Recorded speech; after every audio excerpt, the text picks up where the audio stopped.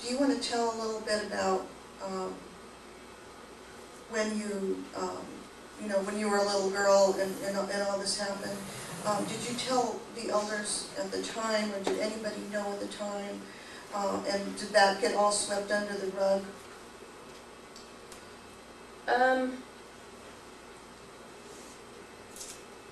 No, I guess it's nobody will admit that they knew at the time that it was happening to me. What was known is what happened to a girl previous to me, that they were aware of Jonathan Kendrick having molested a child very recently before me. That's what was known.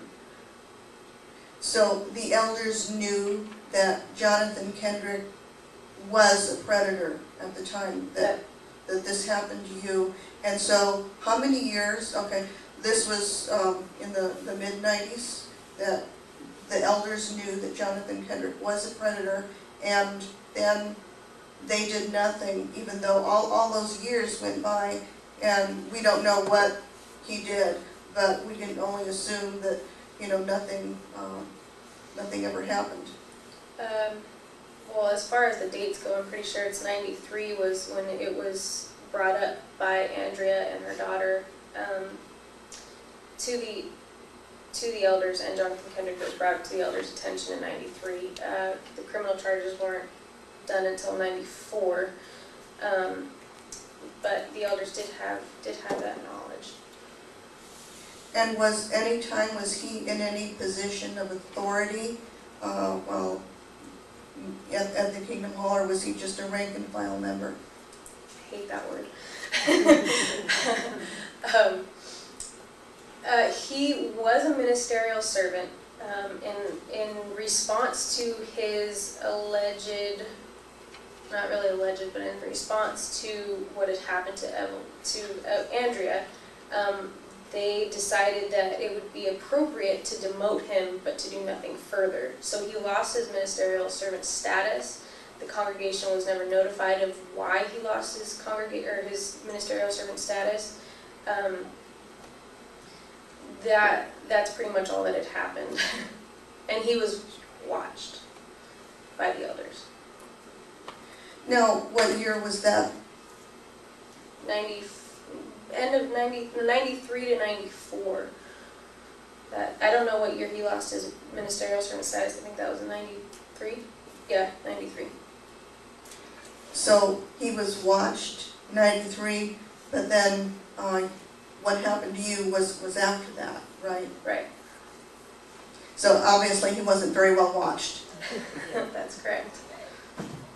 Okay, now let's fast forward to it's like you never really became a Jehovah's Witness. You never were baptized, right? No, I was never baptized. Right, but you were brought up in it. You studied, and why? What was the reason that you decided not to get baptized? Which, of course, I believe is a good decision. So, was there any particular reason that you decided not to be baptized? Actually, in that time period, my papa had died. My dad's dad had died, and I honestly was trying to be the best Jehovah's Witness I could be. I was an unbaptized publisher for a long time. I gave talks regularly in the school. I think really what stopped me from getting baptized, and I was this close, I had sat down with the elders and had the conversation, the talk, and I was actually supposed to get baptized at the next assembly. My dad had gotten married to his next wife, and there was some discord there, and I ended up not seeing my dad again, so therefore I didn't go to the meetings again after that. So it kind of stopped me from getting baptized, or I would have been. Well, it's kind of serendipitous that you didn't, and a very good decision. And then so after that, when you didn't get baptized, you quit going to the Kingdom Hall. And then where was your belief? What was your belief after that? Did you still believe in, were you ever still protective of the WatchTower or the witnesses? How long did it take you to believe that there's something wrong with this organization? Well, I think I had kind of suspected there was something off, but I guess you can only really suspect that from a child's mind. You know, you can only, see it from a child's mind and see things that might be wrong. I never really, when it comes right down to it, the Jehovah's Witnesses didn't protect me.